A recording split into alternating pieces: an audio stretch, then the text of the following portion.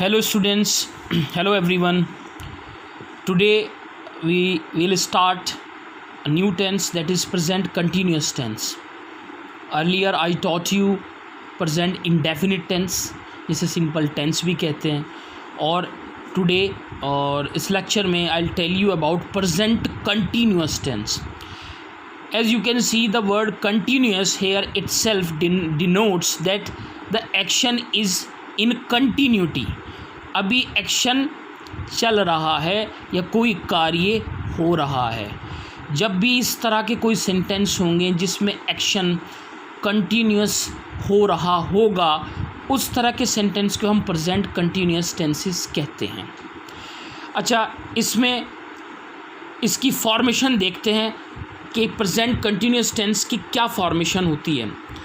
ठीक है, तो इसी जैसे प्रेजेंट इंडेफिनिट केस में आपने देखा, पहले you have to place the subject, then you have to place helping verb. उस केस में हेल्पिंग वर्ब डज और डू थे. सिंगुलर सब्जेक्ट में डज था और प्लूरल में डू था. नेगेटिव और इंटेरोगेटिव केसेस में आप हेल्पिंग वर्ब का इस्तेमाल करते थे डू और डज इंडेफिनिट केस में. But here it is continuous tense. देखिए, here the formation will change now. कैसे? अब इनके हेल्पिंग वर्ब कंटिन्यूस टेंसेस के हेल्पिंग वर्ब होते हैं इज़, आर, एम. तो इज़ समझ लीजिएगा, इज़ होता है जब सिंगुलर सब्जेक्ट आपका होगा, एक होगा तो is, and when ever the subjects will be more than one या प्लूरल होंगे तो आर आता है, और आई के साथ एम लगेगा. इज़ आर नहीं, आई के साथ you will always be placing am. ठीक है, अब किस तरह के sentence while in Hindi how you recognise that which kind of a sentence is which. देखिए कैसे पता चलेगा इनकी पहचान, and to recognise this kind of a sentence. So what is the how you will recognise it. जिसके sentence के आखिर में रहा है, रही है या रहे हैं आएगा, तो इस तरह के सेंटेंस को हम कंटिन्यूस टेंसेस कहते हैं. ठीक है. अच्छा, इसका formation I was telling you about the formation. तो पहले सब्जेक्ट, फिर हेल्पिंग वर्ब. सब्जेक्ट को देखकर और फिर वर्ब की फर्स्ट फॉर्म तो आएगी, जो कि प्रेजेंट इंडेफिनिट में भी केस था, और वर्ब की फर्स्ट फॉर्म के साथ इट इज़ मैंडेटरी और compulsory to use ING. Verb में आईएनजी लगा देंगे हम, प्लस ऑब्जेक्ट. फॉर्मेशन पूरा हो गया है. देखिए, now come to the example to be more clearly precise. ठीक है, अब ये राम बाज़ार जा रहा है. राम बाज़ार जा रहा है, इसका मतलब अभी जा रहा है. तो राम इज़, क्योंकि सब्जेक्ट सिंगुलर है, हेल्पिंग वर्ब उसी हिसाब से इज़ ले लिया हमने. वर्ब की फर्स्ट फॉर्म तो है गो, प्लस इसमें मैंने बताया था, I told you that you it is mandatory to use ING with the verb. तो आईएनजी आया है to market. Ram is going to the market या Ram is going to market. ठीक है, देखिए, वे एक पत्र लिख रहे हैं. वे मतलब एक नहीं है सब्जेक्ट, कई सारे लोग हैं जो पत्र लिख रहे हैं. तो वे की इंग्लिश होती है दे. सब्जेक्ट प्लूरल है, इसीलिए हेल्पिंग वर्ब हमने बताया था पी आर आएगा भाई. दे आर राइटिंग, आईएनजी लगा देंगे वर्ब के साथ, अ लेटर. थर्ड सेंटेंस देखते हैं. मैं एक कहानी पढ़ रहा हूँ. पढ़ना, रीड, ये एक्शन हो गया आपका. I am reading. ठीक है, आई के साथ you will always use am. Reading a story, मैं एक कहानी पढ़ रहा हूँ, I am reading a story. अच्छा, अब ये तो था अफर्मेटिव टेंसेस. नेगेटिव टेंस मैंने बताया था. नेगेटिव सेंटेंसेस क्या होता है? नेगेटिव सेंटेंसेस वो होता है जिसमें नहीं, नॉट आता है, जिसमें नहीं आता है. देखिए, इसकी फॉर्मेशन वही है, subject plus is, are, am plus not लगाकर, प्लस वर्ब की फर्स्ट फॉर्म प्लस आईएनजी और ऑब्जेक्ट.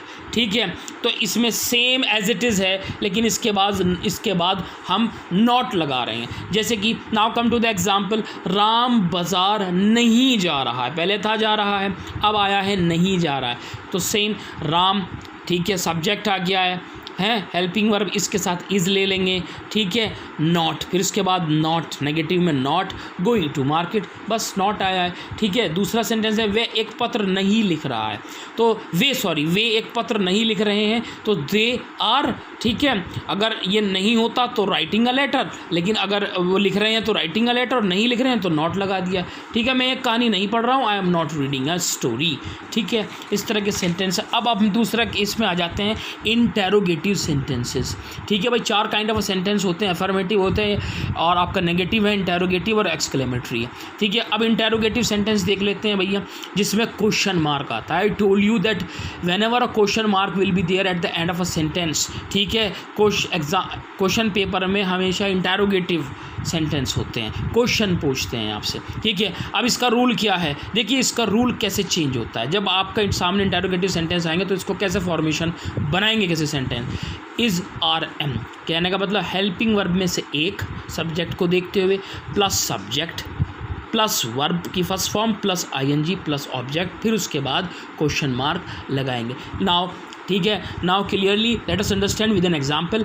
क्या, देखिए इसकी पहचान ये है कि ये क्या से शुरू होते हैं। क्या राम बाजार जा रहा है, तो it is asking an question. ठीक है, sentence is asking a question. तो अब क्या राम, राम सब्जेक्ट यहाँ सिंगुलर है, एक ही तो है ना भाई। तो इस हिसाब से, इसी के हिसाब से हम जो हेल्पिंग वर्ब है वो इज़ आएगा, इज़। ठीक है, इन तीनों में से एक जो भी है, plus subject Ram plus verb going to market, फिर क्वेश्चन मार्क आ गया। तो क्या वे एक पत्र लिख रहे हैं, देखो क्या वे कई सारे हैं, तो now it is clear the subjects are more than one, so they are plural. इसी हिसाब से so we will put the helping verb according to the subject. तो are they writing a letter, क्या वे एक कहानी पढ़ रहे हैं, क्या वह है, एक कहानी पढ़ रहा है, क्या वह is he reading a story. तो भैया ये होते हैं इंटेरोगेटिव सेंटेंस। ये आपका प्रेजेंट कंटिन्यूअस टेंस ये अब तक ख़त्म हो गया है। ठीक है ना, I will give you some exercise also. Thank you.